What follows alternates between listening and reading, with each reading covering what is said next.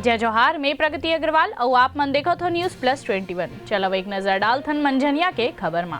BJP UP प्रभारी और पूर्व केंद्रीय कृषि मंत्री राधा मोहन सिंह कोरोना संक्रमित।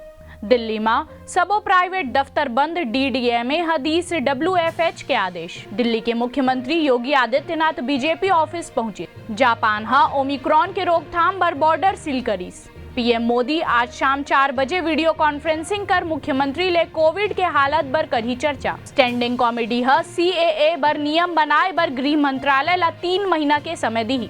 नवा वेरिएंट ओमिक्रॉन के अब तक 4461 मरीज हुई। देश में पिछले 24 घंटा में कोरोना के 1,68,063 नवा संक्रमित मिले। मकर संक्रांति पर ऋषिकेश के गंगा घाट पर डुबकी नहीं लगा सकी श्रद्धालु। हैदराबाद में पुराना शहर के PHC ले कोरोना वैक्सीन हुई चोरी। ऐसे ही तमाम जानकारी पर हमारे चैनल ला लाइक और सब्सक्राइब करना जन भूलू और नोटिफिकेशन पर बेल आइकन घलो दबाहू। आप मन देखो तो न्यूज प्लस 21, आप मन के हक के बात।